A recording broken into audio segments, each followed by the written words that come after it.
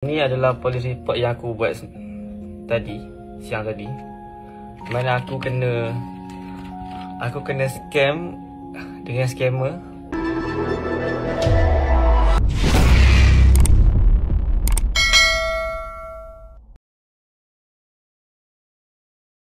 Seorang lelaki menjadi mangsa penipuan oleh individu yang menyamar sebagai wakil PTPTN. Segalanya bermula apabila mangsa menerima panggilan telefon daripada seorang individu yang mendakwa mewakili PTPTN. Dalam perbualan tersebut, lelaki itu dimaklumkan bahawa beliau layak menerima ganjaran khas daripada pihak PTPTN sebagai penghargaan atas bayaran pinjaman yang konsisten. Individu tersebut bercakap dengan nada meyakinkan dan menyertakan butiran peribadi mangsa, menyebabkan lelaki itu percaya bahawa panggilan itu benar. Beberapa minit selepas perbualan, mangsa menerima pautan melalui aplikasi WhatsApp kononnya untuk mengesahkan maklumat pembayaran ganjaran tersebut. Tanpa rasa curiga, mangsa menekan pautan tersebut dan dibawa ke satu laman web yang menyerupai laman rasmi bank. Mangsa diminta untuk memasukkan nama pengguna serta kata laluan perbankan internet. Kejadian ini menjadi peringatan penting kepada orang ramai agar sentiasa berwaspada, elakkan menekan sebarang pautan yang dihantar melalui pesanan peribadi, terutamanya jika melibatkan maklumat kewangan.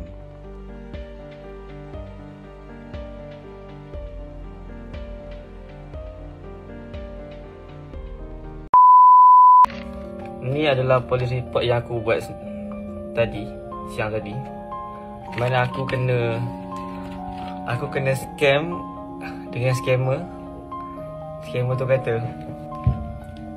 saya daripada pihak PTPTN nak bagi ganjaran sekian. And then aku tak percaya tau.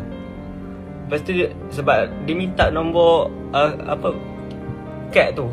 Nombor dekat kad tu kan. Aku memang tak percaya lah. Lepas tu dia kata macam ni, saya nak jalankan tanggungjawab saya je. Kan? Nak jalankan tanggungjawab saya. Saya kena bagi juga duit ni kat awak. Aku pun rasa kesian lah kan. Lepas tu Lepas dia cakap macam tu, aku pun percaya lah. Lepas tu aku tak percaya juga. Dia bagi, lepas tu dia kata, okey tak apa, saya mesej awak kat WhatsApp, saya bagi link. And then aku tekan lah link tu. Tekan link tu, dia suruh masuk. Yang aku ni pun bangang juga kan aku. Dia masuk link tu kan. Aku masuk link tu. Lepas tu aku pilih lah, select lah bank yang PTPTN tu kan. Lepas tu RHB kan. Lepas aku masuk RHB tu, dia suruh masuk username bank, password bank. Aku pun kata bangang juga aku ni. Kenapalah aku buat macam ni tu.